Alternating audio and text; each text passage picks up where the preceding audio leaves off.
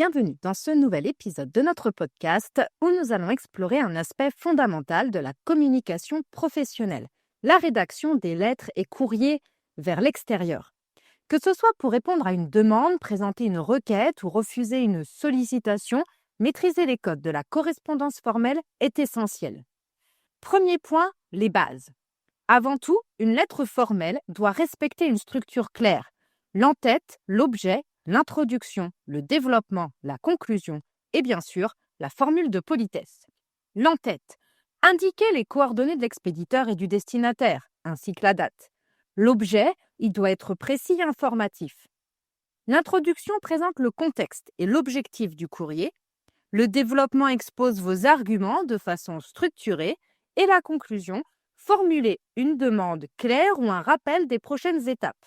La formule de politesse sera adaptée en fonction du degré de formalité requis.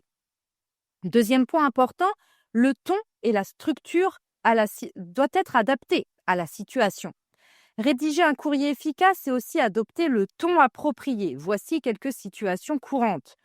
Pour informer et solliciter des renseignements, un ton neutre et objectif sera privilégié en évitant les tournures trop directes.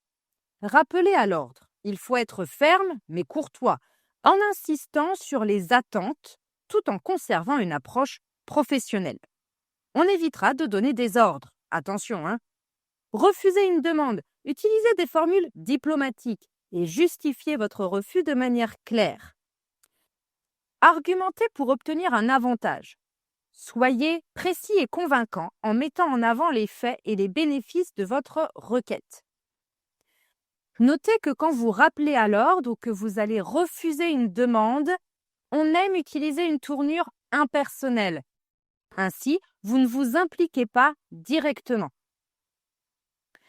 Dernier point important, la cohérence syntaxique. Pourquoi ne pas utiliser le participe présent et le gérondif ? Un courrier professionnel doit être fluide et logique. Pour cela, l'utilisation du participe présent et du gérondif permet d'enchaîner les idées efficacement. Le participe présent permet d'exprimer la cause, la condition ou l'opposition. Par exemple, les services ayant validé la demande, nous pouvons procéder à la mise en œuvre. Le gérondif, quant à lui, permet d'indiquer un moyen ou une simultanéité d'action. En adaptant nos pratiques, nous garantissons une meilleure efficacité.